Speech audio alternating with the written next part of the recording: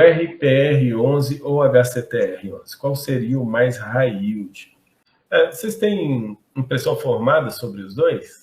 Então, eu acho que mais high yield acaba sendo... Ele classifica pelo risco ou pelas taxas, né? Cada um faz uma classificação diferente. Eu acho o HCTR mais high yield, mais arriscado também do que o RPR. Então, entre os dois, eu escolheria o RPR, que é o que eu tenho em carteira, né? Sim, às vezes, o pessoal tem a impressão do risco do HCTR ser maior devido ao circuito de compras e devido também ao tipo de ativos que ele financia, que são muito resorts, de modo geral. A maioria são resorts ou parques aquáticos, algo parecido nesse sentido. Aí a impressão que se tem é que é mais arriscado. Mas o RBR11 é mais high yield, é mais arriscado, por isso que até tem a taxa maior. Mas a diferença acaba... Talvez o HCTR, por ter aquela parte que ele investe diretamente em fundos, XBXO, o Serra Verde, ou seja, ele está investindo em equity através desses fundos, talvez aí equilibra o risco.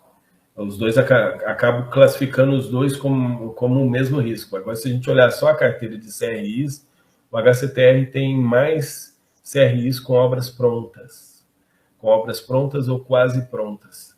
Então, enquanto o RPR tem muitos CRIs ainda tem risco de obra todinha para ser percorrido. Aí, o risco de obra, o material pode ficar mais caro, pode ter uma intervenção jurídica, pode ter uma série de coisas. Então, aí o RPR poderia ter sido considerado mais arriscado. Mas eu classifico os dois mano a mano, em termos de risco. Eu classifico eles igual, em termos de risco. Mas porque o HCTR tem esses fundos de equity na carteira. Você investir em equity é mais arriscado do que investir em dívidas de equity. Por exemplo, Versalhes e Tord. Os dois praticamente investem nos mesmos fundos para construir os mesmos prédios, os mesmos resorts, as mesmas obras lá. Mas a questão é que um está construindo, o outro emprestou dinheiro para construir. O que emprestou dinheiro para construir é o Versalhes. Ele é menos arriscado do que o outro que está construindo. Porque se o outro não construir, ele tem que pagar a dívida de qualquer jeito. Ele tem que dar um jeito de pagar a dívida. E se construir, vai pagar a dívida, é claro, e vai ter um resultado melhor.